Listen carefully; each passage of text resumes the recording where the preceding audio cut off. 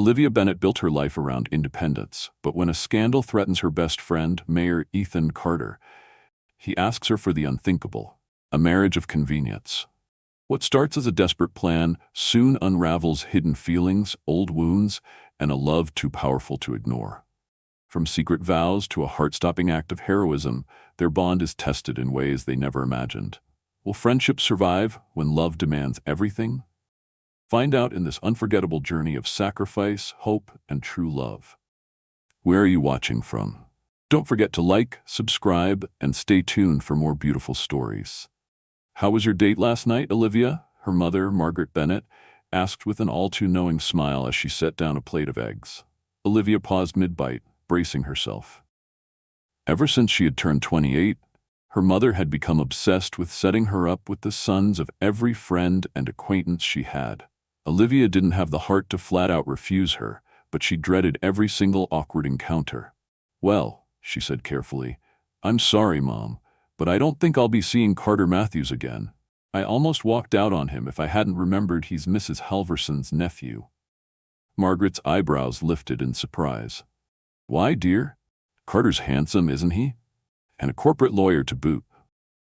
"Mom, just because someone's good-looking doesn't mean I'll automatically like them," Olivia said, setting her fork down. "He spent the entire night bragging about his bonus checks and luxury car collection. I was 5 minutes away from faking a phone call emergency." She shook her head. "Please, for both our sakes, let this be the last setup. It's a waste of your time and my sanity."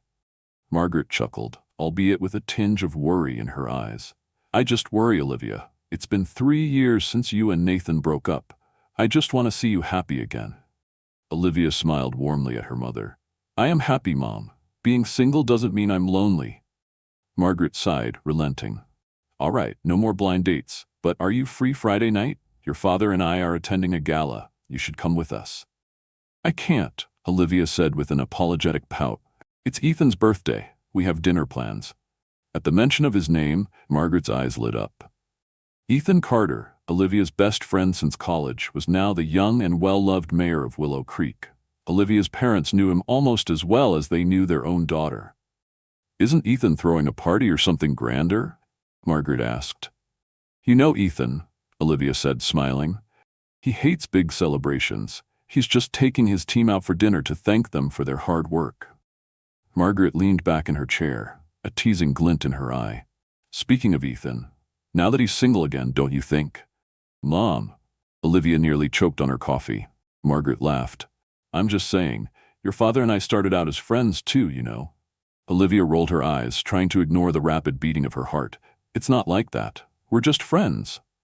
"Are you sure he doesn't feel differently?" Margaret pressed. "And you, dear? Not even once?" Olivia picked at her eggs, trying to compose herself. "Mom, Ethan is a good man, but I don't want to date a politician. You know how much I value privacy." Margaret raised a skeptical eyebrow, but wisely dropped the subject. Olivia quickly excused herself after breakfast, desperate for the familiar comfort of her coffee shop. Driving through the crisp morning air, Olivia thought about her conversation with her mother. It had struck a nerve she wasn't ready to admit to even herself. Arriving at her shop, she greeted her staff with a smile and slipped behind the counter to help out. Business was slow, allowing time for idle chatter. "Miss Olivia, have you seen the latest gossip about Mayor Ethan?" Mia, her manager, asked with a whisper. Olivia frowned. "What gossip?" "People are speculating, saying he might be gay." Olivia stared at Mia, stunned. "What? That's ridiculous." Mia showed her a photo that had gone viral. Ethan leaning in close to whisper something to Congressman Vargas, his college friend, during an event. Olivia scrolled through her phone, finding dozens of speculative posts. She frowned. She knew Ethan, knew his kindness, his loyalty. She hated how easily people twisted innocent moments. Just then, her phone buzzed. It was a text from Ethan. "Got a meeting nearby. Swinging by the shop in a bit if you're around." Despite everything, Olivia felt her spirits lift. She texted back quickly, heart hammering a little harder than she cared to admit. Maybe seeing him would steady her. Little did she know, today was just the beginning of something that would change both their lives forever. When Ethan walked into the coffee shop later that afternoon, Olivia barely had time to smooth her hair, before he spotted her behind the counter. His face lit up with the kind of smile that always made her chest tighten. He wore a simple white dress shirt, sleeves rolled up, and his navy slacks were slightly wrinkled, signs of a long, grueling day. "Hey, Liv," he said, making his way toward her. "Hey, Mr. Mayor," she teased, handing a drink order to a customer. "You're a little underdressed for someone causing a scandal." He chuckled, but there was a tiredness in his eyes. They found a quiet corner table, and once they sat down, Ethan leaned forward, his voice low. "So, you've seen the rumors," Olivia nodded grimly. "They're ridiculous, Ethan." "I know," he sighed, running a hand through his hair. "Normally I wouldn't care, but it's affecting the campaign. Some of my senior advisors are freaking out. Older voters are questioning if I'm misleading them." "You shouldn't have to explain yourself to anyone," Olivia said fiercely. "You've worked too hard to have your character reduced to gossip." He smiled at her loyalty, but looked even more serious. "There's something I need to ask you, Olivia. And it's big." Her heart skipped. "What is it?"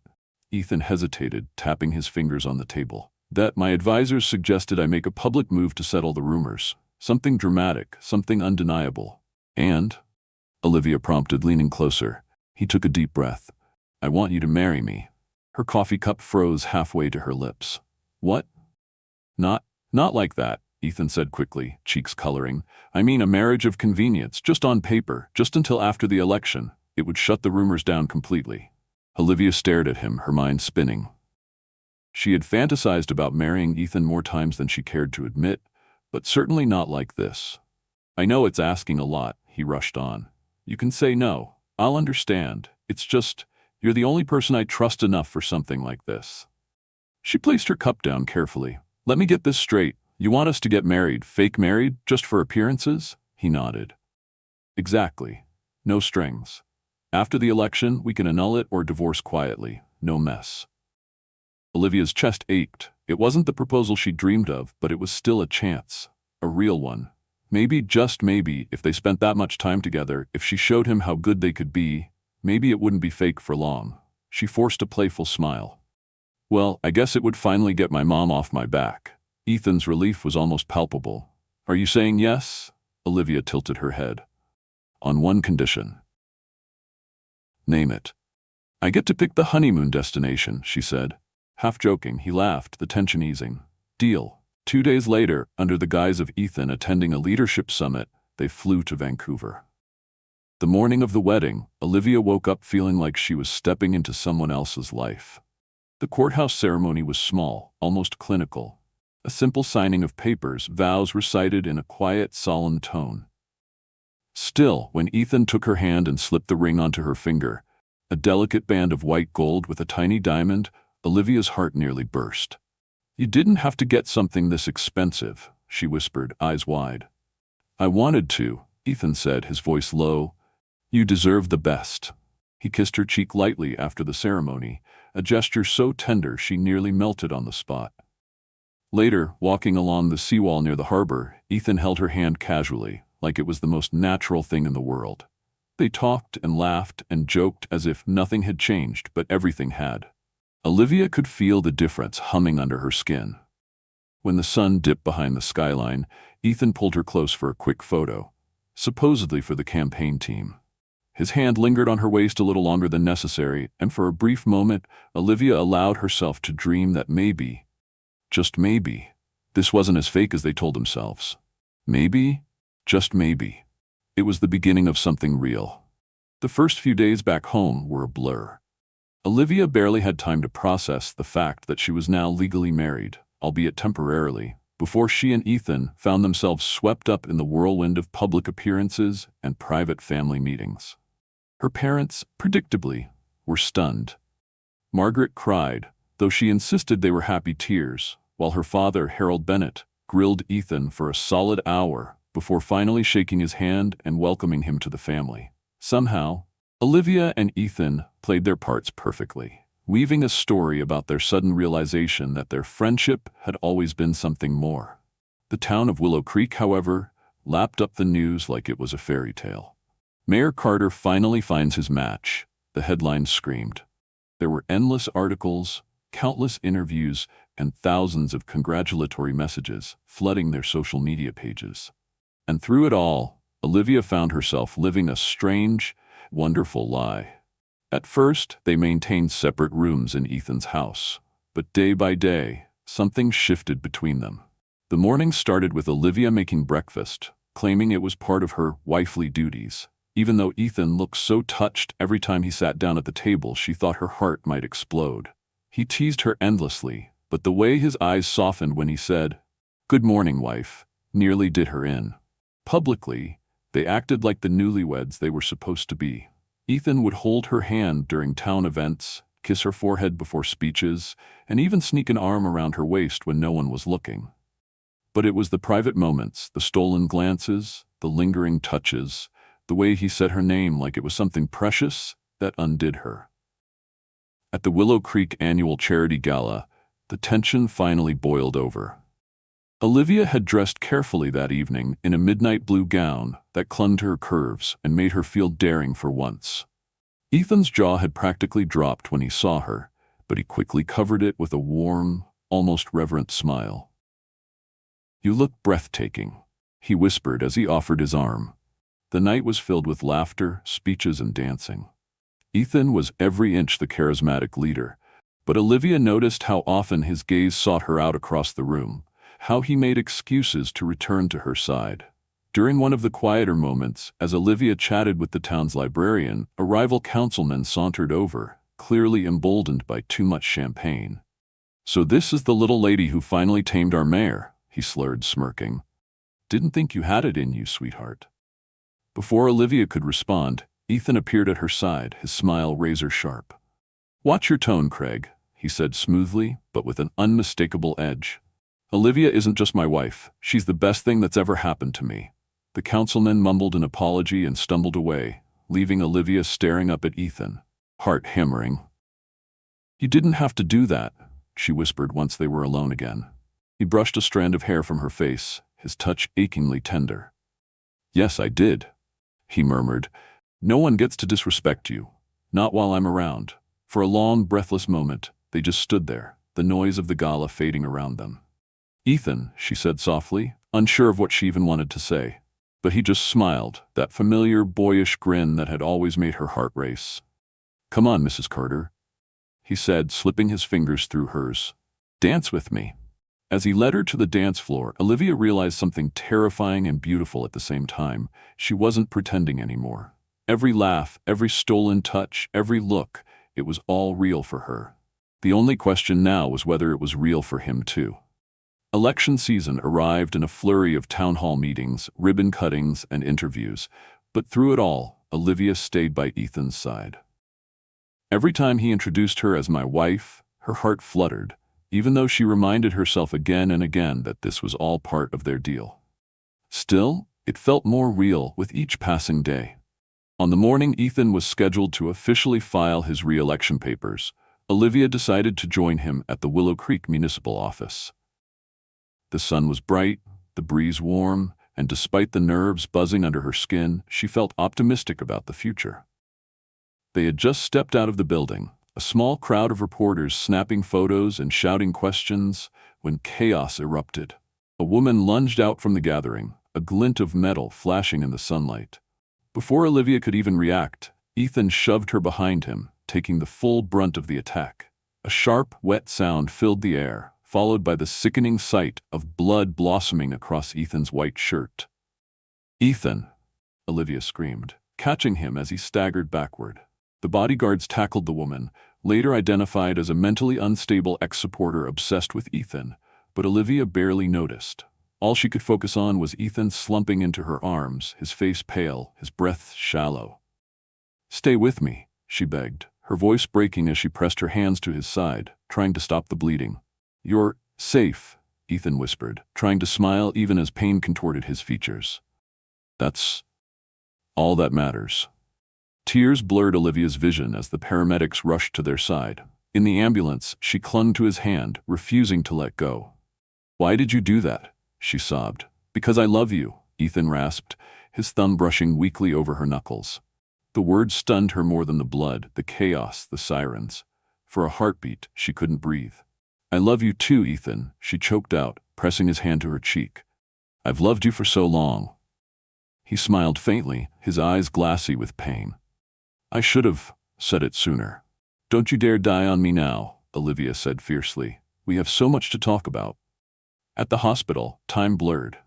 Olivia paced the sterile hallway, her heart thundering in her chest as doctors worked to save Ethan. She barely registered her parents arriving, the endless questions from the police, or the stream of concerned staff and townspeople crowding the waiting room. All she could think about was the moment he'd said those 3 words. Words she'd waited years to hear. After what felt like an eternity, a surgeon finally emerged, peeling off his gloves. "He's stable," he announced. "The wound missed any major organs. He's lucky." Relief so profound it nearly knocked her over swept through Olivia. An hour later, she was allowed into Ethan's recovery room. He looked impossibly fragile, pale against the stark white sheets, but when he saw her, he smiled that same crooked, boyish smile that had always undone her. "Hey, beautiful," he croaked. Olivia rushed to his side, grasping his hand tightly. "Don't ever scare me like that again," she whispered, tears falling freely. "Wasn't part of the plan," he teased weakly. "But hearing you say you love me, worth every second." She let out a shaky laugh, brushing a kiss across his knuckles. "You're crazy." "For you," he whispered. The beeping monitors hummed steadily as Olivia leaned closer, resting her forehead gently against his. "I meant it," she murmured. "Every word. I've loved you for years, Ethan. I was just too scared to lose you as my friend." "You'll never lose me," he said hoarsely. "You're my everything, Liv. Always have been, always will be." In that fragile, perfect moment, Olivia realized that sometimes the most terrifying risks led to the greatest rewards. She hadn't just saved her best friend that day. She had found the love of her life, and this time, it was real. Ethan's recovery was slow but steady, and Olivia was there for every moment of it. She helped him walk the hospital corridors, coaxed him into eating, and laughed at his stubbornness when he insisted he could return to work after just a week. "You're not invincible, you know," she said one morning, arms crossed as she blocked his path with a playful glare. "I'm married to the strongest woman I know," he replied with a wink. "That makes me halfway there." Olivia rolled her eyes but couldn't stop the smile that tugged at her lips. Even in recovery, Ethan found ways to charm her. When he was finally discharged, Willow Creek threw a celebration in his honor. The mayor, who had risked his life for his wife and his town, was now a local legend. His approval ratings soared to record heights, and a few months later, Ethan easily won his 3rd term as mayor with a historic landslide. Through it all, Olivia remained by his side, no longer pretending. Every kiss at public events, every hand held, every glance, they were real now. Their love wasn't a secret anymore. It was woven into every speech Ethan gave, every smile he shared with the town. They decided to have a second wedding, this time a real one, in front of family, friends, and the people of Willow Creek, who had supported them from the start.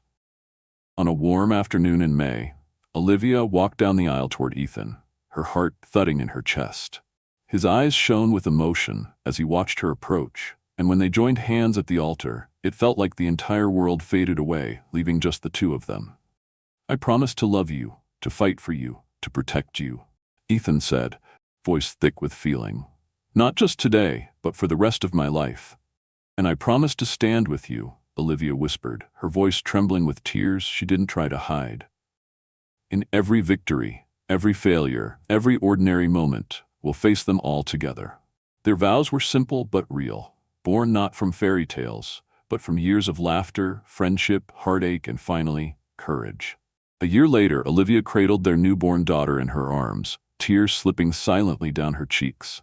They named her Ella Grace Carter, a perfect blend of strength and hope.